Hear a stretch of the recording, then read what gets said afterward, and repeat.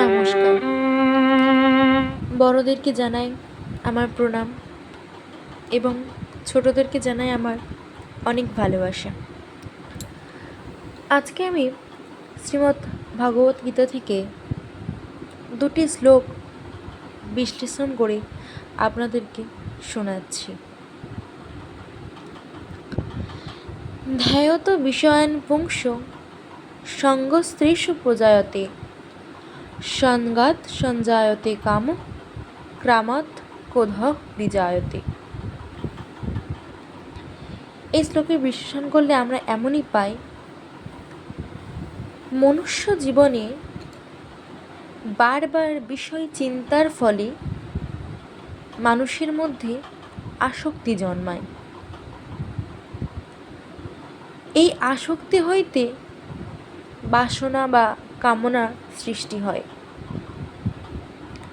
আর যখন এটাতে বাধাপ্রাপ্ত হয় তখনই সেখান থেকে ক্রোধ জন্মায়। উদাহরণ হিসাবে আমরা যেটা সাধারণভাবে দেখি, যখন কোনো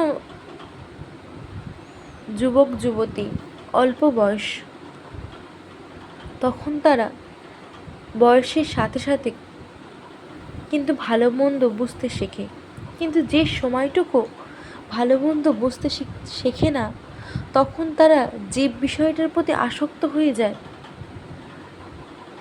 সেটা হয়তোবা মোবাইল, হয়তোবা বন্ধুবান্ধব, হয়তোবা টিভি হতেই পারে।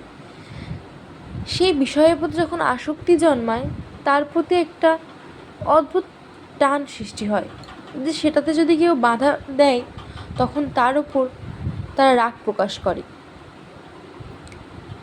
এটাকে আমরা ক্রোধ বলে থাকি। আর দ্বিতীয় শ্লোকটি হলো, ক্রোধাৎ ভবতি সম্মোহঃ সম্মোহাৎ স্মৃতিবিভ্রম স্মৃতিভ্রংশাৎ বুদ্ধিনাশ বুদ্ধিনাশাৎ প্রণশ্যতি। এই শ্লোকে বিশ্লেষণ করলে আমরা এমনই পাই যে যখন এই ক্রোধ সৃষ্টি হয়, ক্রোধ থেকেই মোহ সৃষ্টি হয়। যখন মোহ উদিত হয় তখন তার থেকে স্মৃতিভ্রম হয়। স্বভাবত স্মৃতিভ্রম হলেই বুদ্ধিনাশ হয় এবং এর থেকেই মনুষ্যের অধঃপতন সৃষ্টি হয় বা অধঃপতন শুরু হয়। এইরূপ অবস্থায় আমরা উদাহরণ হিসেবে কি বলতে পারি, ধরে নিন কোনো একটি বালক মোবাইল প্রতি খুবই আসক্ত। তাকে কেউ বারণ করলো যে বাবা মোবাইল ঘাঁটবি না, সে যদি কথা শোনে না, বেশিরভাগ ক্ষেত্রে যদি শুনি সেটা খুবই ভালো, তখন সে মনে করে না আমাকে ওরা ভুল বলছে, আমার কাজে বাধা দিচ্ছে, তখন তার মনে একটা রাগ জন্মায়। এই রাগ থেকে একটা মোহ সৃষ্টি হয়।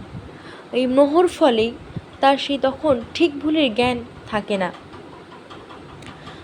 এর থেকেই তার বুদ্ধিটা নাশ হয়, খারাপ চিন্তা আসে মনের মধ্যে এবং এর থেকেই তার অধঃপতন শুরু হয়। অধঃপতন বলতে গেলে অনেক সময় ঠিক বলে বিচার না করতে পেরে নিজের প্রাণহানি ঘটাতেও পারে। দেখুন, একটা ছোট্ট বিষয় থেকে একটা মানুষের জীবন পর্যন্ত কেড়ে নিতে পারে।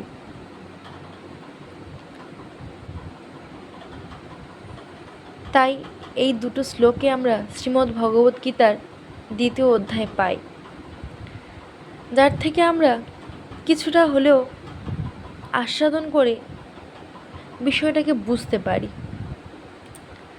আজ এই পর্যন্তই, আবার দেখা হচ্ছে পরের ভিডিওতে। নমস্কার।